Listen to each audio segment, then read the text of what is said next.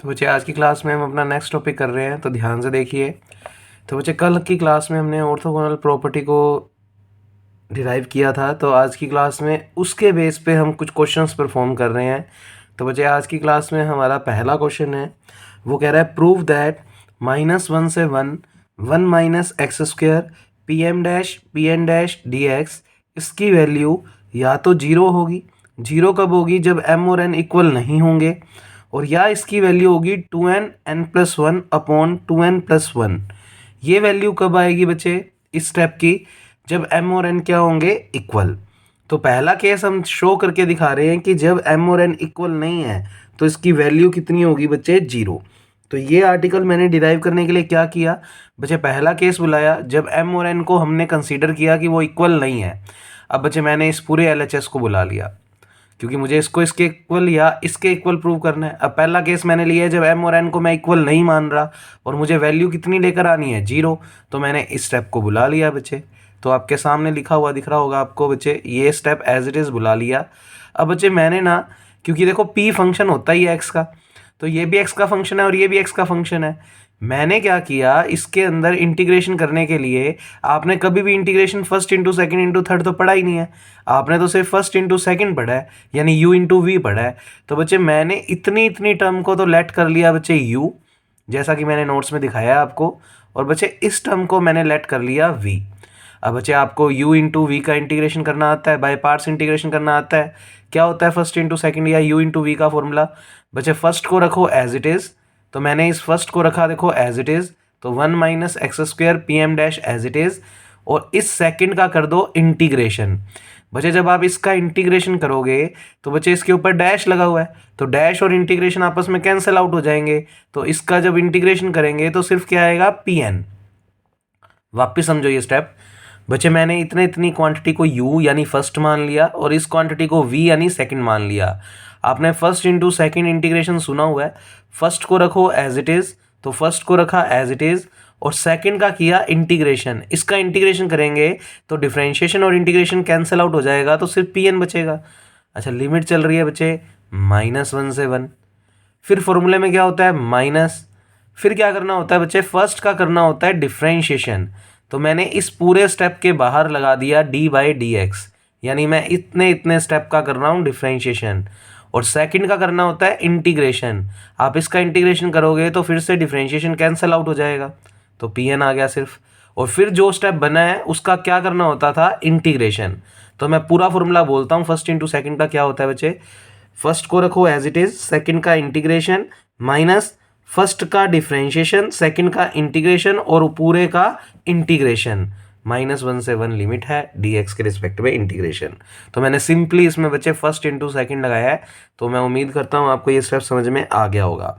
फिर बच्चे इतने इतने स्टेप का तो इंटीग्रेशन पूरा हो ही चुका है, तो इसमें जब लिमिट्स रखेंगे तो बच्चे ये लिमिट्स किसकी हैं? x की। तो बच्चे जब आप 1 यहाँ पर रखोगे तो बच्चे ये 1 का square 1, 1 minus 1 zero, zero into कुछ भी जीरो, तो ये पूरा स्टेप जीरो हो जाएगा। और जब आप माइनस करके लोअर लिमिट -1 रखोगे तो बच्चे यहाँ पर भी -1 रखने पर -1 का स्क्वायर तो +1 और 1 माइनस 1 तो जीरो ही हो जाएगा। देखो जो माइनस करके लगाते हैं वो माइनस तो यहाँ लिखा जाता है, पर इधर -1 जब रखोगे तो इधर तो +1 ही बनेगा और 1 माइनस 1 तो जीरो ही बनेगा। तो अपर लिमिट रखने पर भी जीरो, लोअर लिमिट रखने पर भी जीरो, इसलिए मैंने लिखा आफ्टर अप्लाइंग लिमिट ये स्टेप क्या बन जाएगा बच्चे? जीरो।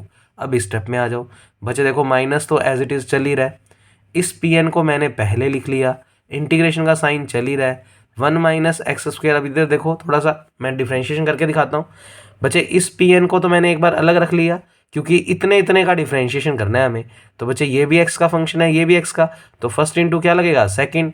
तो देखो फर्स्ट को रखा एज इट इज़, इसका कर दिया डिफ्रेंशिएशन, तो पी एम डैश था तो डबल डैश हो गया। फिर फॉर्मूले में लिखते हैं प्लस, पर बच्चे इसका करना है डिफरेंशिएशन और 1 का तो जीरो और माइनस एक्स स्क्वायर का -2x, इस वजह से आ गया माइनस का 2x। और अब पी एम डैश को रखो एज इट इज़। तो वापस सुन लो, minus as it is, integration का साइन एज इट इज़, ये पी एन तो डिफरेंशिएशन से बाहर है, इसको एज इट इज़ लिख दिया। और बच्चे इसमें फर्स्ट इंटू सेकंड से डिफरेंशिएशन कर दिया, क्योंकि d/dx का क्या मतलब होता है? इतने इतने स्टेप का x के रिस्पेक्ट में डिफरेंशिएशन। तो फर्स्ट को रखा एज इट इज़, इसका किया डिफरेंशिएशन, फिर इसका किया डिफरेंशिएशन और इसको एज इट इज़। बच्चे बाहर चल रहा है dx, यहाँ तक लिखने के बाद अब आप इसको एक बार इक्वेशन नंबर मार्क करके छोड़ दो बच्चे 1। तो हमने LHS को सिंपली बुलाया, फर्स्ट इंटू सेकेंड लगाया, फिर इधर हमने डिफ्रेंशिएशन करना था तो वो कर दिया, और उससे जो भी बना उसको इक्वेशन नंबर क्या बोल दिया बच्चे 1। अब हम जानते हैं बाय लीजेंड्री डिफरेंशियल इक्वेशन। हाँ जी बच्चे, लीजेंड्री डिफरेंशियल इक्वेशन क्या पढ़ी हुई है हमने, 1 माइनस एक्स स्क्वायर। अगर मैं वाई डबल डैश की बात करूं, कल भी हमने बच्चे ऑर्थोगोनल प्रॉपर्टी में ये काम किया था कि PM इसका एक सॉल्यूशन है तो उस इक्वेशन को सेटिस्फाई करेगा। तो मैंने लीजेंड्री डिफरेंशियल इक्वेशन बुलाई है और y की वैल्यू PM रख दी। तो बच्चे 1 minus x square PM double dash minus 2x PM dash plus m+1 PM is equal to 0। बच्चे इसको मार्क कर दिया इक्वेशन नंबर सेकंड। अब इक्वेशन सेकंड का यूज़ मैं कर रहा हूँ बच्चे 1 में। अब आप कहोगे कहाँ यूज़ हो रहा है, बच्चे देखो इतने इतने पार्ट को ध्यान से। 1 माइनस एक्स स्क्वायर तो आपको पेपर में अच्छा भला अच्छे तरीके से याद रह जाएगा कि जब आप ये बना दोगे, भाई सिंपली फर्स्ट इंटू सेकंड लगाया है, यहाँ तक पहुँचोगे तो फिर आपको दिख रहा है ये लीजेंड्री डिफरेंशियल इक्वेशन कहीं ना कहीं है। तो देखो ये उसने बुलाई। अब देखो ये वाला स्टेप और ये वाला स्टेप बिल्कुल सेम है, तो इसका मान अगर निकाल लें तो कितना आएगा, ये स्टेप उस तरफ जाकर माइनस का, तो माइनस का m+1 PM। तो इतने इतने स्टेप की वैल्यू हो गई माइनस का m+1 PM। तो जो माइनस आया है बच्चे वो इस माइनस के साथ प्लस हो जाएगा। तो ध्यान से देखना, उसने लिखा यूजिंग इक्वेशन 2 इन 1।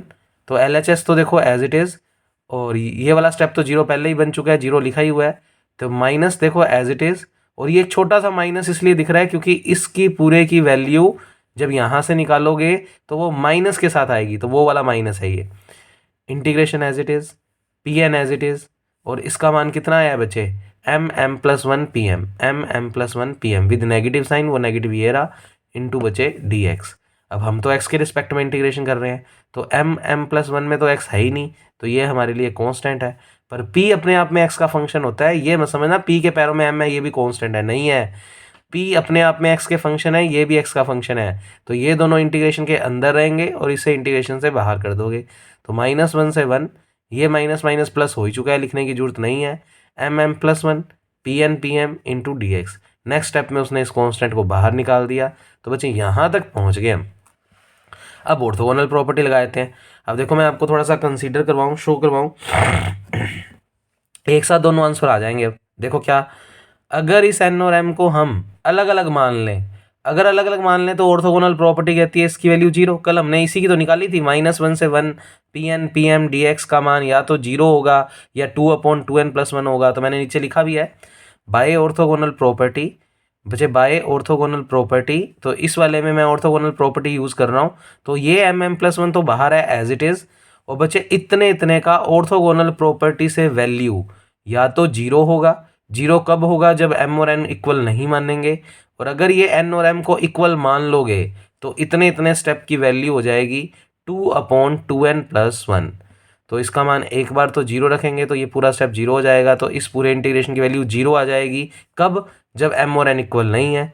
पर अगर m और n इक्वल मानोगे तो ऑर्थोगोनल प्रॉपर्टी से इसकी वैल्यू कितनी आएगी बच्चे, 2/2n+1। तो इतने इतने का मान अगर रख देंगे 2/2n+1 और साथ में आ जाएगा m+1। तो बच्चे हमें इसी तरीके की एक फॉर्मेशन चाहिए थी, तो ध्यान से दिखाता हूँ मैं आपको। तो इतने इतने का मान m=n अगर मानोगे तो इस स्टेप की वैल्यू 0, 0 इंटू कुछ भी 0, तो ये वैल्यू आ जाएगी 0। तो इस इंटीग्रेशन की वैल्यू आ जाएगी बच्चे 0। तो इस इंटीग्रेशन की वैल्यू आ जाएगी 0। पर अगर आप m और n को इक्वल मान लेते हो तो यहाँ भी m की जगह n रख दोगे, यहाँ भी m की जगह n रख दोगे, तो n+1 और यहाँ पर m और n को इक्वल मानने की वजह से कल हमने ऑर्थोगोनल प्रॉपर्टी पढ़ी है बच्चे, इतने इतने की वैल्यू हो जाएगी 2/2n+1। तो 2/2n+1, तो इस स्टेप की वैल्यू ये भी आ सकती है और इस स्टेप की वैल्यू ये भी आ सकती है। ये तब आएगी जब m और n इक्वल नहीं है, और इसकी वैल्यू ये तब आएगी जब m और n क्या है बच्चे, इक्वल। तो सिंपल सा बच्चे कंसेप्ट है, आप आसानी से कर सकते हो। ये थोड़ा सा ऐसे लग रहा था नॉट इक्वल टू लिखा हुआ है, इसलिए मैंने इसको ब्रैकेट में लिख दिया। तो बच्चे आप चाहो तो अब नोट्स में इतने इतनी चीज़ को कट कर देना और ये m=n। क्लियर है बच्चे? तो कोशिश करा करो ऑर्थोगोनल प्रॉपर्टी का यूज़ कैसे करते हैं। तो बच्चे मैंने इतने इतने स्टेप में ऑर्थोगोनल प्रॉपर्टी यूज़ की। अगर n और m को बराबर नहीं मानता तो ये स्टेप 0, तो इस पूरे स्टेप की वैल्यू 0 आ गई। और अगर मैं n और m को बराबर मानता हूँ तो इसका मान है 2/2n+1 और यहाँ भी m की जगह n रख दोगे तो ये वाला आंसर आ जाएगा। तो ये बच्चे हमारा पहला क्वेश्चन डन है। अब इसी के बेस पे आगे के दूसरे क्वेश्चंस भी हैं, तो बच्चे ध्यान से देखें। तो देखो पिछले क्वेश्चन में थोड़ा सा फर्क दिखाऊं, दोनों के ऊपर डैश था, ऐसे सिमेट्री बना लो कि किस में फर्स्ट इंटू सेकंड से किया है हमने काम। अब इसमें थोड़ा सा ध्यान से देखें बच्चे, प्रूव दैट x² - 1, उधर 1 - x² था, इधर x² - 1 है, प्लस इधर एक पे डैश है एक पे डैश नहीं है, और इसकी वैल्यू लेकर आनी है बच्चे ये कुछ। तो बच्चे अब इस आर्टिकल में वो कंसेप्ट तो लगेगा नहीं, फर्स्ट इंटू सेकंड नहीं लगा पाएंगे हम। तो बच्चे इसके अंदर हम जो काम करेंगे वो क्या करेंगे। अब आप कहोगे सर ये क्या है, बेल्ट्राम्स रिजल्ट। बच्चे बिल्कुल कल की वीडियो में इसका डेरिवेशन आएगा, तो आज के लिए और आपके नोट्स में किया हुआ है, आगे के 2 पेज अगर आप टर्न करोगे तो आपको ये रिजल्ट प्रूव मिल जाएगा। तो मैं कल करवाऊंगा ये वीडियो में, फिलहाल आज के लिए इस रिजल्ट को मैं डायरेक्ट बुला रहा हूँ। तो बच्चे इस क्वेश्चन को करने के लिए अब आपको कैसे याद रहेगा, क्योंकि बच्चे जब हम कल की क्लास में बेल्ट्राम रिजल्ट प्रूव करेंगे तो ये लाइन आएगी, ये है बेल्ट्राम रिजल्ट बच्चे।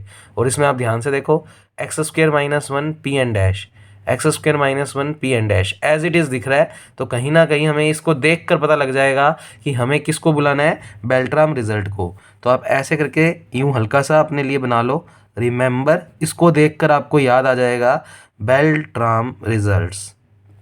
कल की क्लास में प्रूव कर देंगे, इंपॉर्टेंट है बच्चे, तो आप इसको नोट डाउन ऐसे कर लो जिससे आपको पेपर वाले दिन भी ये बात याद रह जाए। तो इस वाले इंटीग्रेशन की वैल्यू ये लेकर आनी है, उसके लिए मैं किसको बुला रहा हूँ, बेल्ट्राम रिजल्ट को। और बच्चे बेल्ट्राम रिजल्ट हम जानते हैं क्या होता है, 2n+1 x² - 1 p(n)। एक बार तो नहीं जानते आप, तो एक बार आज के लिए तो इसको डायरेक्ट पढ़ लो, n+1 ब्रैकेट में p के पैरों में n+1 माइनस p के पैरों में n-1। तो इतना मुश्किल नहीं है, n+1 p के पैरों में n+1 माइनस p के पैरों में n-1। ये है बच्चे पूरी की पूरी इक्वेशन बेल्ट्राम रिजल्ट्स की। अब यहाँ से मुझे तो सिर्फ इतने इतने की वैल्यू चाहिए, तो x² - 1 p(n), x² - 1 p(n)। तो बच्चे ये 2n+1 नीचे चला जाएगा, तो n(n+1/2n+1) और ये ब्रैकेट एज इट इज़, इसको मैंने मार्क कर दिया इक्वेशन नंबर 1।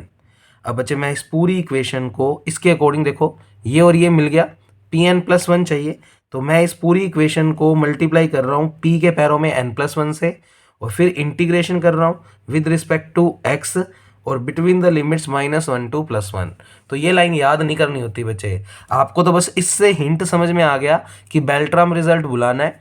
और बेल्ट्राम रिजल्ट में सिर्फ हमें इतने इतने टर्म की वैल्यू चाहिए, तो मैं 2n+1 को अपॉन में ले गया। फिर अभी भी LHS अगर बनानी है तो मुझे pn+1 चाहिए, x के रिस्पेक्ट में इंटीग्रेशन चाहिए, लिमिट -1 से 1 चाहिए। तो समीकरण 1 को आप मल्टीप्लाई कर दो pn+1 से, इंटीग्रेशन कर दो x के रिस्पेक्ट में, और लिमिट्स लगा दो -1 से +1। तो कर दो ये सारा काम। देखो इस स्टेप का मल्टीप्लाई हो गया बच्चे pn+1 से, इंटीग्रेशन लग गया dx, लिमिट लग गई -1 से 1। सेम काम इधर भी कर रहे हैं, तो बच्चे इधर भी कर दो। ध्यान से देखो, n+1 2n+1 में तो कोई x है ही नहीं, तो ये तो कांस्टेंट है, और इस पे लगा दो -1 से 1 इंटीग्रेशन, और इस पूरे स्टेप के साथ मल्टीप्लाई हो गया pn+1 इंटू dx। अब बच्चे सिंपली आप ये दोनों स्टेपों को सेपरेट कर दो, यानी ये इससे मल्टीप्लाई, ये इससे मल्टीप्लाई, इंटीग्रेशन इसको भी, इंटीग्रेशन इसको भी, dx इसको भी, dx इसको भी। तो देखो ये स्टेप चल ही रहा है, -1 से 1, -1 से 1, pn+1 इस pn+1 से मल्टीप्लाई होगा तो pn+1 का स्क्वायर इंटू dx, फिर माइनस का साइन है तो माइनस का साइन, -1 से 1, -1 से 1, pn-1 pn+1 इंटू dx। तो सिंपली मैंने ये और इंटीग्रेशन इसको भी दे दिया और इसको भी दे दिया, तो ये 2 स्टेप्स बन गए। अब बच्चे ऑर्थोगोनल प्रॉपर्टी लगा दो, तो मैंने नीचे लिखी भी तुम्हारे लिए। तो एक बार इतना स्टेप के बाद आप यहाँ देखो बच्चे, आप जानते हो -1 से 1 pnx pmx dx, ये ऑर्थोगोनल प्रॉपर्टी थी। इसका मान 0 होगा जब m और n बराबर नहीं है, और m और n अगर बराबर मानते हो तो 2/2n+1। अब यहाँ देखो p² है, यानी pn+1 pn+1 2 बार है, यानी पैरों में जो चीज़ है वो सेम है। भाई इसके पैरों में n+1 है, और इसको p² ना लिखकर मैं ऐसे लिख दूं p के पैरों में n+1 इंटू p के पैरों में n+1, तो दोनों के n+1 सेम है। और ये मतलब कोई है कि पैरों में m और n होंगे तभी बात है, उसका इस प्रॉपर्टी का मतलब क्या है, अगर ये और ये चीज़ सेम है तो आप आंसर ये कुछ लिखोगे। तो अगर इसके पैरों में n+1 है, इसके पैरों में n+1 है, तो यहाँ पर भी n के पैरों में क्या आ जाएगा, n+1। तो 2/2 n+1 + 1, तो देखो इतने इतने स्टेप की वैल्यू ऑर्थोगोनल प्रॉपर्टी से आ गई 2/2 n+1 और बच्चे ये देखो ध्यान से, ये n-1 है और ये n+1 है, ये तो अलग अलग ही हैं, सेम नहीं दिख रहे बच्चे, सेम नहीं दिख रहे, तो इसका मतलब इसकी वैल्यू कितनी होगी 0। सेम बना भी नहीं सकते भाई, सोचो तुम n को कुछ भी पुट कर लो, अगर n को इधर पुट करोगे तो इधर भी पुट करोगे, तो ये कभी भी सेम बन ही नहीं पाएगा। इसका मतलब ये वाली चीज़ और ये चीज़ सेम नहीं है, और अगर ये और ये सेम नहीं होते तो वैल्यू कितनी होती है 0। तो बाय ऑर्थोगोनल प्रॉपर्टी इसकी वैल्यू क्या हो गई 0। तो कई बच्चे ये ऑर्थोगोनल प्रॉपर्टी को समझ नहीं पाते कि भाई इसके पैरों में n और m का मतलब है कि अगर वैल्यू डिफरेंट है तो 0, और अगर वैल्यू सेम है तो जो सेम वाली वैल्यू है वो इस n की जगह रखनी है। तो बच्चे इधर सेम वाली वैल्यू n+1 है तो यहाँ पर n की जगह n+1 रख दोगे, और इधर दोनों डिफरेंट है तो इस वाले से वैल्यू निकलेगी और वो कितनी आएगी 0, तो इसका मान आ गया 0। अच्छा आप थोड़ा सिंप्लीफाई कर लो, तो बच्चे अपने पास ये स्टेप सोल्व करोगे तो 2n+2+1, तो 2 + 1 3 हो जाएगा, तो ये स्टेप बन जाएगा 2n+3। तो बच्चे ओवरऑल बन गया 2 × n+1, 2 × n+1 अपॉन में 2n+1 और ये स्टेप बन गया 2n+3। तो बच्चे यही हमारा आंसर था, यही हमें लेकर आना था, तो ये क्वेश्चन भी डन है। अब देखिए नेक्स्ट क्वेश्चन, तो बच्चे नेक्स्ट क्वेश्चन आप लोगों को दिखाऊं, तो आज का लास्ट क्वेश्चन है हमारे पास इस वीडियो का। तो बच्चे ध्यान से देखें आप लोग, आपको दिया हुआ है प्रूव दैट -1 से 1 x² Pn+1 Pn-1 × dx, इसकी वैल्यू ये कुछ लेकर आनी है। तो बच्चे इसको लाने के लिए आपने बुलाना है लीजेंडरी रिकरेंस रिलेशन फर्स्ट। तो मैंने इस वाले चैप्टर में आपको मोस्ट इंपॉर्टेंट क्वेश्चंस करवा दिए हैं बच्चे, जो आपको ध्यान से देख कर ही जाने हैं, जिससे आपका पेपर अच्छे से अटैम्प्ट हो जाएगा। तो बच्चे by legendary recurrence relation first, और इस पेपर की सारी यूनिट्स मुश्किल नहीं है बच्चे, ये वाला फिर भी रट्टाफिकेशन है, पर पेपर वाले दिन एट अ टाइम अगर आप पढ़ के जाओगे तो याद रह जाएंगी बातें, पर इसके बाकी यूनिट्स जो हैं वो ईजी हैं, तो वो मुश्किल टास्क नहीं है। तो ये चैप्टर भी ऑलमोस्ट डन है, बस कल या परसों की वीडियो में कंप्लीट हो जाएगा। तो देखें ध्यान से बच्चे, इस इंटीग्रेशन को इसके बराबर प्रूव करना है, तो उसके लिए आपने बुलाया लीजेंडरी रिकरेंस रिलेशन फर्स्ट को। अब फर्स्ट रिलेशन अगर आपको याद है तो अच्छी बात है, नहीं तो उसका डेरिवेशन सिंपल सा था। मैं हल्का सा अगर आपको याद करवाऊँ तो आपने सबसे पहले उसके अंदर जनरेटिंग फंक्शन को बुलाया था, उसका जेड के रिस्पेक्ट में डिफ्रेंशिएशन किया था, फिर उसके बाद आपने उस स्टेप को मल्टीप्लाई किया था 1 - 2xz + z² से, और फिर आपने z की पावर n के कोफिशिएंट्स का कंपैरिजन किया, ये आ गया। तो ऐसे की स्टेप्स अगर याद कर लोगे तो अपने आप क्वेश्चंस हो जाएंगे बच्चे, ये रिजल्ट्स लाने कोई मुश्किल टास्क नहीं है। तो लीजेंडरी रिकरेंस रिलेशन फर्स्ट का फॉर्मूला था 2n+1 x × Pn = n+1 p के पैरों में n+1 + n p के पैरों में n-1। तो बच्चे पहले 4 तो वैसे ही याद कर लो, हर बार वो तो लगते रहेंगे, तो आप पहले 4 की तो इक्वेशंस कोशिश करो याद कर पाओ, जिससे आपको उनकी डेरिवेशन अगर इन केस भूल जाते हो तो आपको एटलीस्ट रिजल्ट्स याद हो। अब बच्चे मैंने इस लीजेंडरी रिकरेंस रिलेशन फर्स्ट को बुलाया, मैं इस वाली पूरी इक्वेशन में एक बार n की जगह रखूँगा n-1 और एक बार रखूँगा n की जगह n+1। अब ये कैसे याद रखेंगे, क्योंकि इस इंटीग्रेशन में एक बार पैरों में n+1 है और एक बार पैरों में n-1, तो ऐसे हल्का हल्का नोट लगा लो, क्योंकि इंटीग्रेशन में एक के सबस्क्रिप्ट में, नीचे वाली चीज़ को बोलते हैं सबस्क्रिप्ट, तो बच्चे सबस्क्रिप्ट में n-1 और n+1 है, ऐसे हिंट हल्का सा लिख लो, अपने आप याद रह जाएगी बात। तो बच्चे अपनों ने लीजेंडरी रिकरेंस रिलेशन फर्स्ट को बुलाया, और इस पूरी इक्वेशन में n जहाँ जहाँ है बच्चे, ये x है बच्चे, n की जगह कहाँ क्या रखोगे, n-1 रख दो। तो रिप्लेसिंग n की जगह n-1 इन इक्वेशन नंबर 1 रखो मेरे साथ।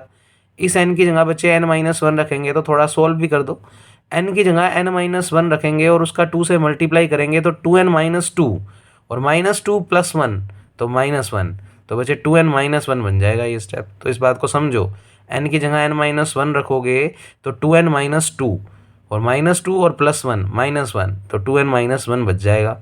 x as it is, p as it is, n की जगह रख दिया n-1, फिर इधर n की जगह n-1 रखोगे तो -1 से +1 कैंसिल आउट, तो क्या बचेगा n, और यहाँ पर भी n की जगह n-1 रखोगे तो -1 और +1 कैंसिल आउट, क्या बचेगा Pn।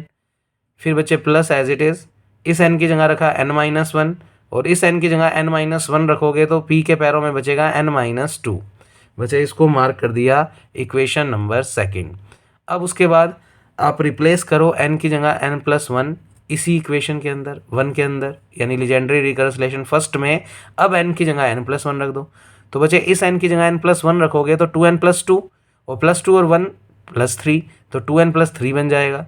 x as it is, p के पैरों में n+1 आ जाएगा, इधर भी n+1 रखोगे तो n+2 बन जाएगा।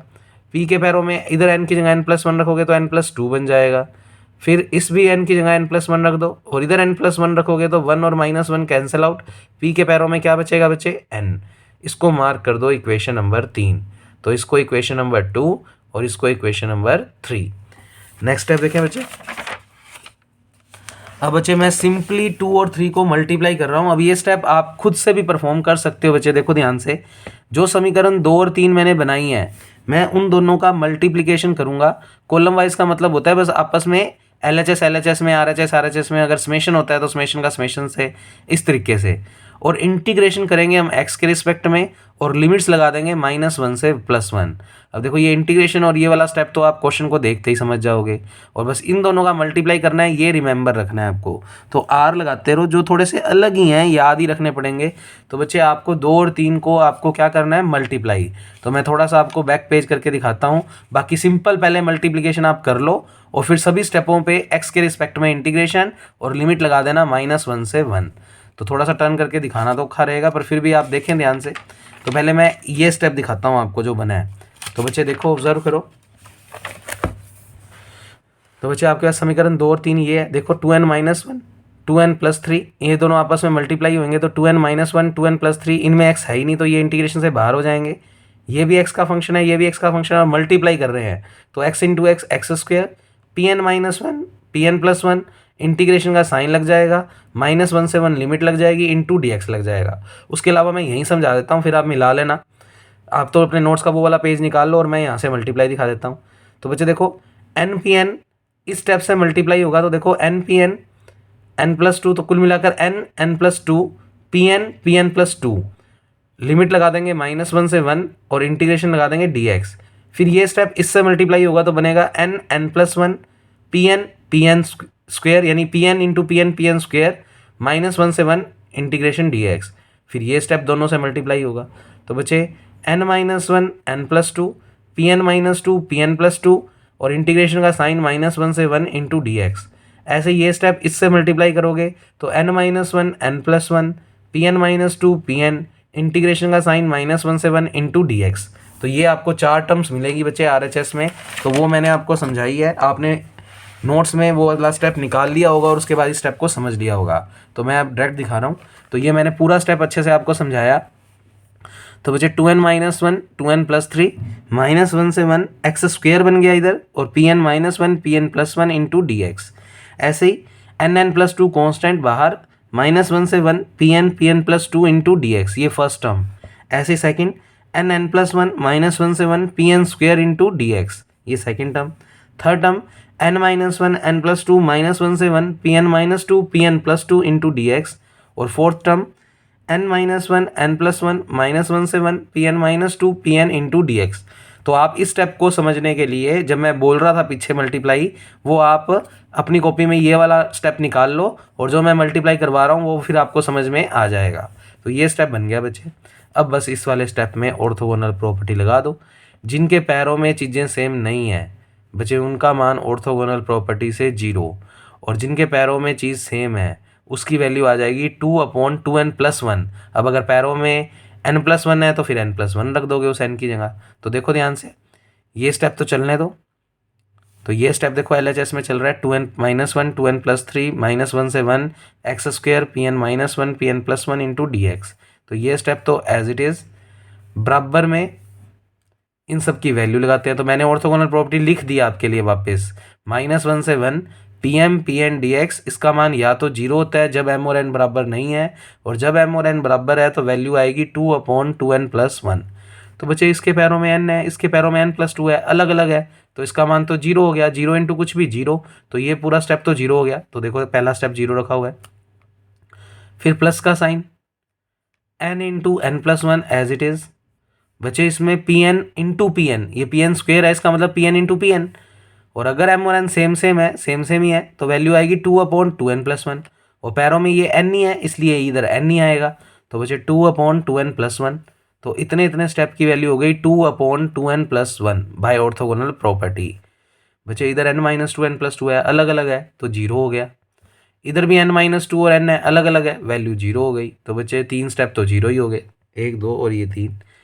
तो जो बचा बस वो लिख दिया बच्चे। तो ध्यान से देखो, ये स्टेप बच गया एज इट इज़ और ये बन गया 2n+1/2n+1। तो कई बच्चे जल्दबाजी में ना ये काट देते हैं, कट नहीं रहे बच्चे ये। फिर बच्चे ये दोनों स्टेप अपोन में भेजेंगे तो ध्यान से देखना 2n-1 इधर जाएगा तो 2n+1 2n-1 a+b a-b। तो फॉर्मूला होता है a² - b²। तो 2n का स्क्वायर होता है 4n² और 1 का स्क्वायर होता है 1। तो ये आप सोचोगे 4n² - 1 कैसे बन गया, तो कुछ नहीं किया बच्चे, इतने इतने एक तरफ रखा और ये दोनों स्टेप अपोन में जाएंगे। तो बच्चे 2n-1 और 2n+1 a+b a-b फॉर्मूला बन जाएगा a² - b²। और ये 2n+3 भी नीचे चला गया और यही हमें प्रूव करना था। तो बच्चे ये हमारा फाइनल आंसर। तो बच्चे उसके बाद ये कुछ नहीं करना आपको, associate legendary orthogonal property of PNMX ये कुछ नहीं करने आपको। ये एक छोटा सा आर्टिकल और देख लो, ये है तो रट्टाफिकेशन पर ये कर लो क्योंकि ये हल्का सा नाम वाइज है इसलिए मेंशन है, तो थोड़ा सा अपने कर लेते हैं। तो बच्चे इसको थोड़ा सा देख जाओ, न्यूमैन इंटीग्रल ऑफ PNX। तो बच्चे इसके लिए अगर आपको थोड़ी सी मैं बात समझाऊं तो देखें ध्यान से, वी नो ये चीज़ प्रूव करनी है हमें, ये चीज़ लेकर आनी है। इसे बोलते हैं न्यूमैन इंटीग्रल फॉर QNY के लिए न्यूमैन इंटीग्रल, न्यूमैन साइंटिस्ट ने दिया था और इंटीग्रेशन का साइन है। तो ये QNY का न्यूमैन इंटीग्रल है। ये छोटा सा आर्टिकल है, उसके लिए बस एक रिजल्ट याद रखना है। तो वी नो दैट बच्चे 1/y-x 1/y-x ऐसे हल्का सा हिंट याद दिला रहा हूँ। क्या वैल्यू है 2n+1 QNY PNX। तो बच्चे 1/y-x की वैल्यू होती है 2n+1 QNY PNX। 3-4 लाइनों का है।